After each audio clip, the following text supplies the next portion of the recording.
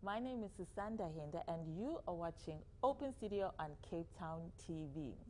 Welcome to another lovely episode where we interview people just like you and I, helping to develop their communities. In studio with me is Shaheena and Irene, and they are here to talk about an initiative they are really proud of called World Rhino Day. But before we dig in any deeper, let's take a look at this really moving clip about World Rhino Day.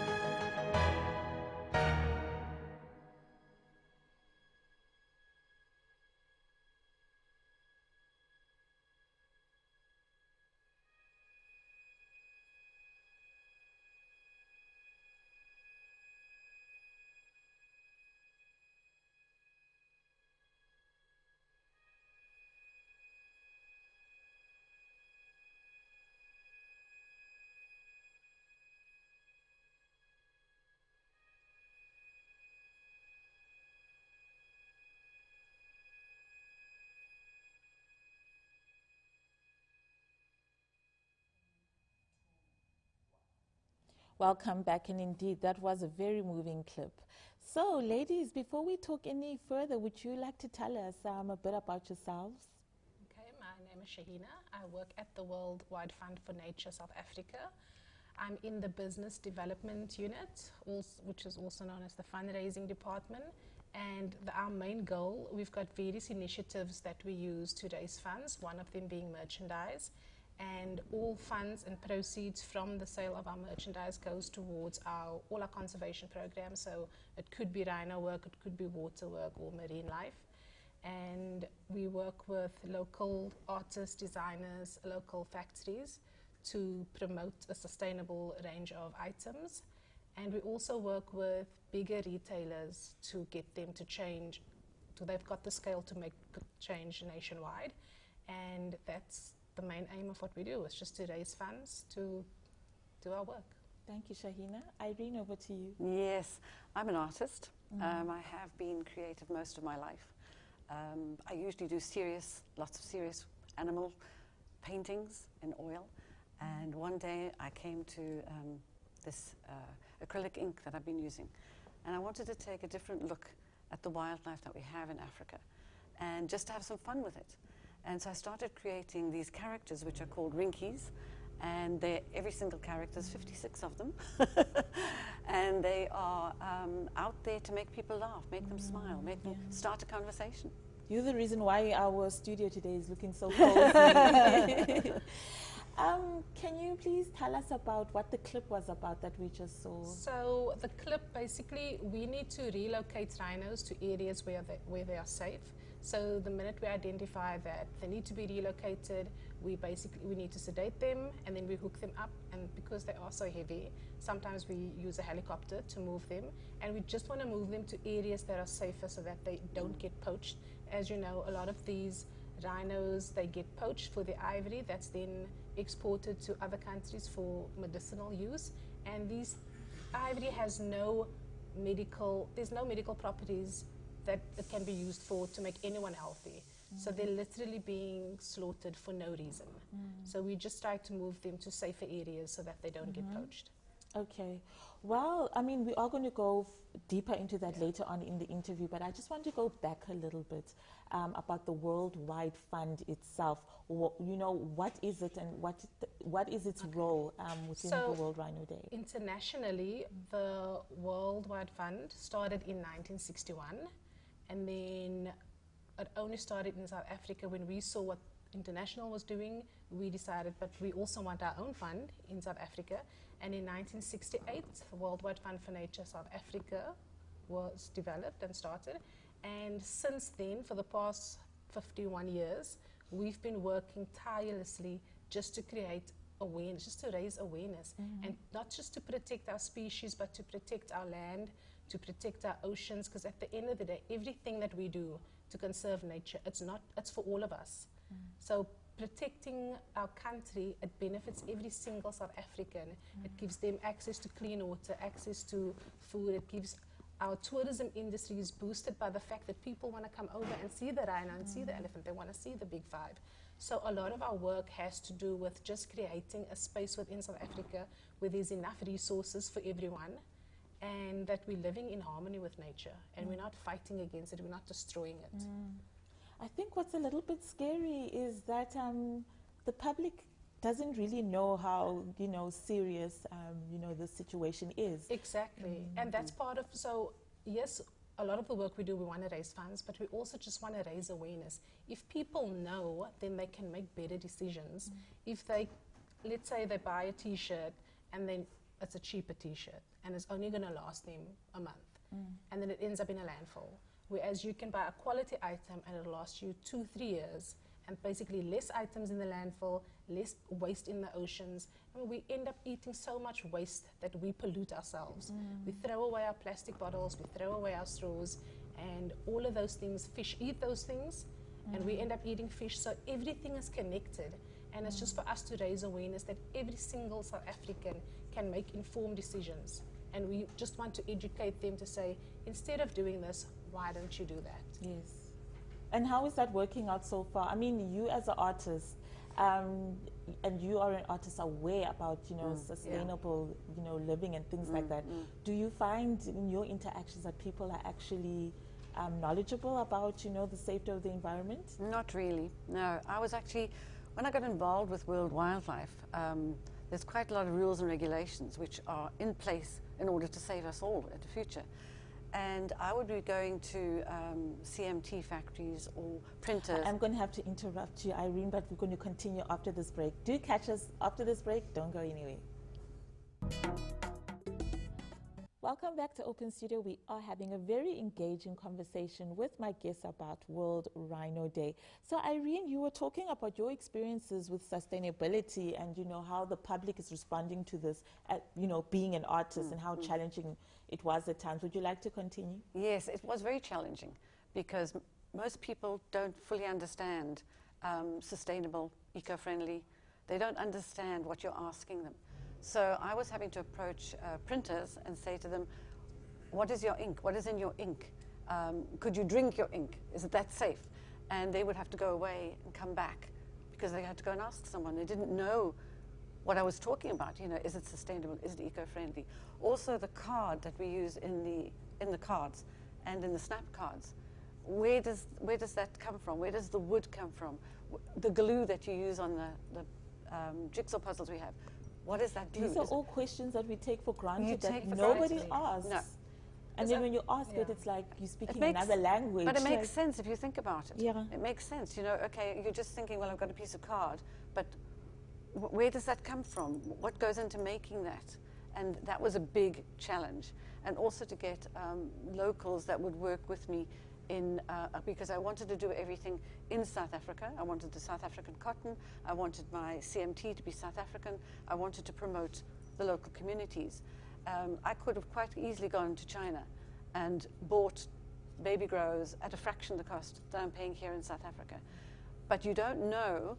It may say 100% cotton, and it's from China. It's 100% cotton. Oh, great. And yeah, they're telling you that the ink is eco-friendly, but you don't know if that T-shirt or baby grow is made there or made in India or where it has come from. So for me, it was very, very important to stick with the local community and just say, okay, you tell me, and I want to have a look at your factory. I want to come and meet your people. And Shaheena wants to do the same thing. Yes, but it's just to make sure that everything is what it's supposed to be. Yes. Because when items end up in the landfill, we donate clothes and we think they're going somewhere, but a lot of the times these clothes we donate, because we've now worn them and they're old, it ends up in landfills. And if there are toxic inks being used, that eventually degrades, goes into the soil, goes into our water. So we just want to stop people or factories from using toxic dyes and inks, so that if it does end up in the landfill, at least it doesn't further damage the environment by polluting our soil and our water. So, Shaheena, the Worldwide Fund, how big is it? I mean, it's very relevant, but how big is this organization? Where can one find it? In South Africa, we've got various offices. Our head office is in Newlands, and we've got a staff of about 60 people at the Cape Town office. There's about 30 people in our Joburg office. And then we've got smaller offices. We've got satellite offices in Stellenbosch, and they work closely with the farms to make sure that the agricultural practices that they use, it's sustainable. So any food that's provided, we are not ruining our soil either, and it's not affecting the other wildlife in the area.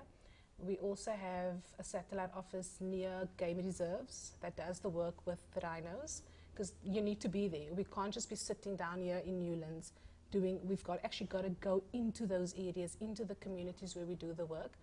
And I would say there's about 150 staff in South Africa alone, but worldwide there's over 100 offices, and it's in most of the major countries. So we even have one in China. So even they have to monitor and try to get the factories in China to make the relevant changes, so that yes, even though people are importing from China, but it's a better quality product, it's not going to fall apart after you've washed it 3 or 4 times. And we're all basically working towards the same goal. Okay. So so we briefly spoke about the process of how, you made sure that these, items that you were selling were responsible in the sense that they were sustainable, nothing harmful on them. But now I want to talk about the characters. This was your contribution to World Rhino, or is your contribution to World Rhino Day. Can you, tell us who Rinky? Is this Rinky? No, Rinky is the brand. Yeah. So all of the characters are Rinky brands. Okay. And what happened was, when I approached World Wildlife, I had giraffes, which you see one of them in the front there. And Shaheena, that was it, she fell in love with the giraffes, and she said, yes, we would like to endorse those giraffes. And then this particular day was coming around, and she said, but we need a little rhino. And what about a panda? You haven't done a panda. And I said to her, the panda, I said, well, you're not going to get a black and white one, that's for sure, because you've already got one. So we created this little panda here, Chi-Chi, we're calling her. And that is, what are we calling him? Rhino. Rhino the rhino. Okay.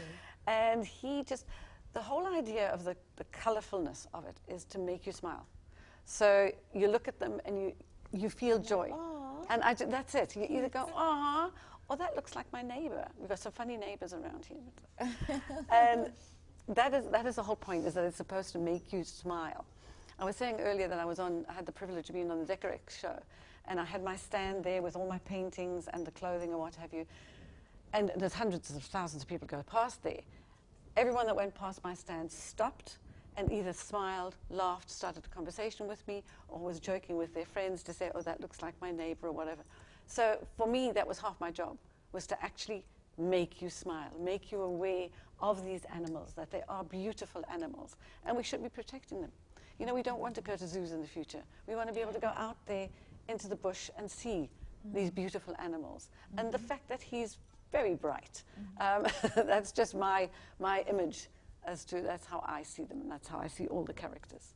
So there's different merchandise, it's not only pillows. No. Yeah. I've got these, this is one of my cutest. If you have a look at this little, I mean, how is that for a newborn? That is just too beautiful for words. Now again, that's 100% cotton, and all the inks are sustainable, and even the labels inside. Yes, we had a brief conversation also about labels, of how we're actually also not looking. Yeah, we're not checking to see where our items are coming from. We're just buying them. You should be able to see where an item is made. Yes. So all of your bigger retailers And we as consumers, we need to basically make demands on our retailers. Yes. We are the ones, a lot of times we think, oh, but retailers dictate what they sell to us. Yes. It should actually be the other way around, where we say to retailers, you know what, I'm not going to buy a cheap item. Yes. I want you to stock a better quality item. I want you to use local factories and local artists and build up the economy using our own people, as opposed to supporting overseas countries and bringing items in. The goal should be that everything should be done locally to support our economy. Definitely. Can we continue also with that? Just the. Did you want to say anything else? I wanted to show you these baby grows because I think they're just too they're divine for cute, us. you know. This was the original one, and he's the one that's actually on our label, because he's called Baby, and so we liked him so much that all our labels have got him on. Yes. And obviously, you know, giraffes are also, they've just been put onto the endangered list, I believe. Oh my gosh. Yeah, they have. So, you know, it's any of these, and then you've got, I was just looking for the teeny tiny baby grow. So what happens to all the proceeds? I mean, you obviously making a profit from this. What happens to all the proceeds? That goes back, whether it's done through World Wildlife or whether I am actually selling the items, for instance, at Decorex. There's a portion of everything that goes back into World Wildlife. And that's the whole point, is to try and stimulate that. But in a fun, for me, in a fun way. Yes. I mean, if all money is raised, goes back into our work. We're not allowed to use it for anything else. I mean, we are audited every year to make sure that the money we receive from public is going to the places where we say it's going. So if we're making a promise and saying, let's continue in this conversation when we get back. Do catch us after the break.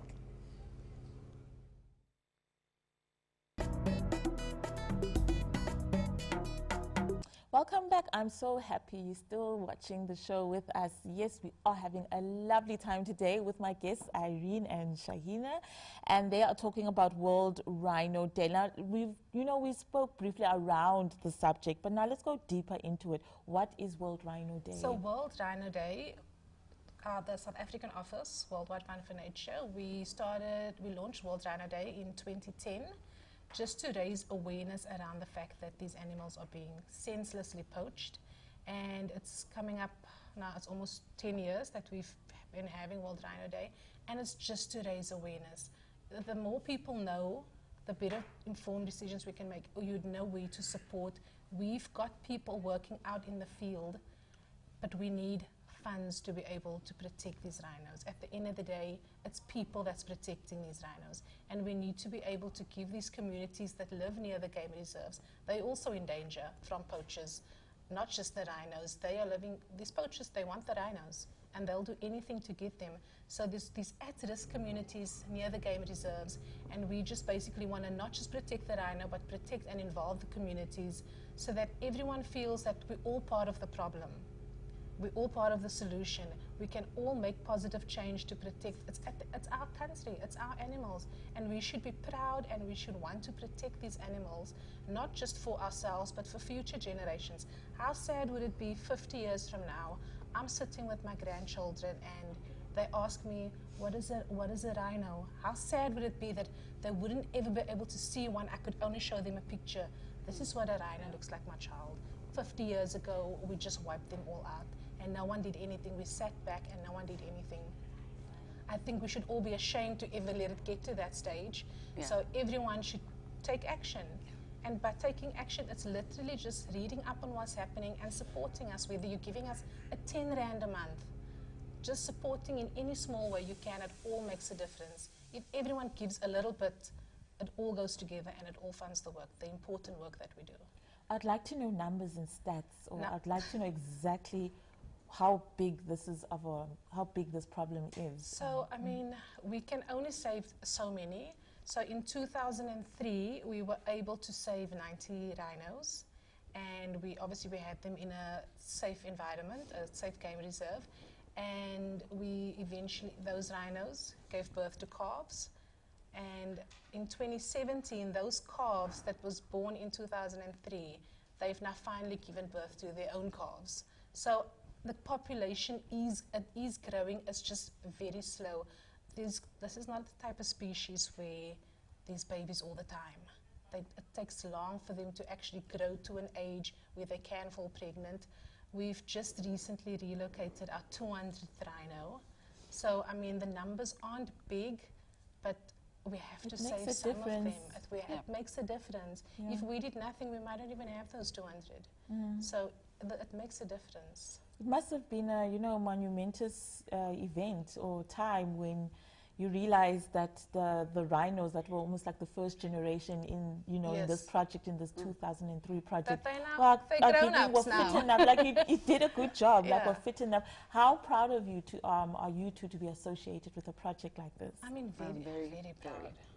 Yeah. Every time you hear of a rhino birth, it's like exactly, and they the calves are so cute, and I just mean, like Inky. Just like I mean, I just think it's everyone's problem, and we should all be part of that solution. Because, like I was saying earlier, I mean, our big five, it affects tourism. And if there's nothing drawing overseas visitors to our country, if there's no more big five, our country suffers yet again because we're not getting that income that we would have gotten from the tourism industry. So when is, what date is it actually? So the official date for World Rhino Day is the 22nd of September every year. I think it's on a Sunday this year. Yeah. And just do your bit. Just make friends aware.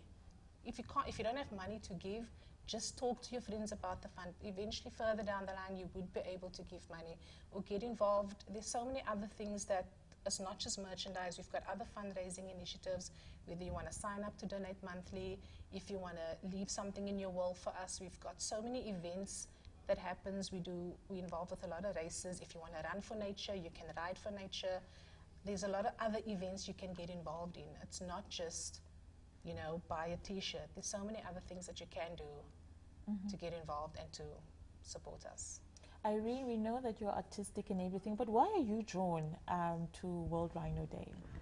I love animals. I just have a passion for the wildlife. You know, as I said, the other painting that I do is with oils, and that's actually, you know, the traditional lion or giraffe or cheetah or whatever.